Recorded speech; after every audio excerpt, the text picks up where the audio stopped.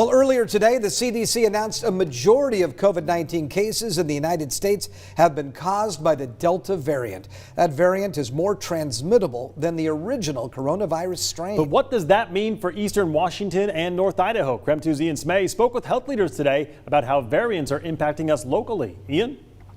Yeah, good evening, guys. The CDC is now saying that a majority of COVID-19 cases in the country, 83%, have been caused by the Delta variant. That variant is believed to be 2.5 to 3 times more transmittable than the original strain of coronavirus that led to the COVID-19 pandemic. But local health leaders say we may not be seeing the same trends here at home. While we may be getting closer to being back to normal after the COVID-19 pandemic, healthcare leaders aren't letting their guards down just yet. On Tuesday, the CDC announced that 83% of COVID-19 cases in the United States were caused by the Delta variant. That variant is known to be more easily transmitted than the original strain that causes COVID-19. The main concern is with the Delta variant. If you look at the literature, it will tell you is about over 200% more effective at transmission than the original strain. Velazquez also says it can cause a viral load 1,000 times higher than the original strain, which can cause more severe illness along with the increased chance of transmission. Spokane County is also seeing a slight uptick in cases in recent weeks as the state has reopened, with Velazquez saying case rates have gone from 78 new cases per 100,000 people up to 98 cases per 100,000 people. But that may not be due to the Delta variant. No, in the state of Washington, Delta variant of the cases sequence is about 46%. In Spokane, thus far, is about 1% of all the cases.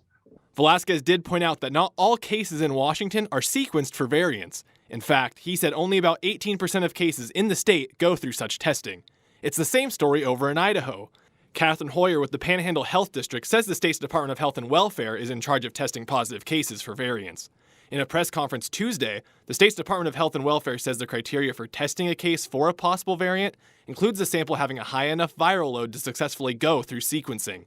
Panhandle Health says they have seen cases in North Idaho test positive for variants, but the Delta variant hasn't been the one causing trouble.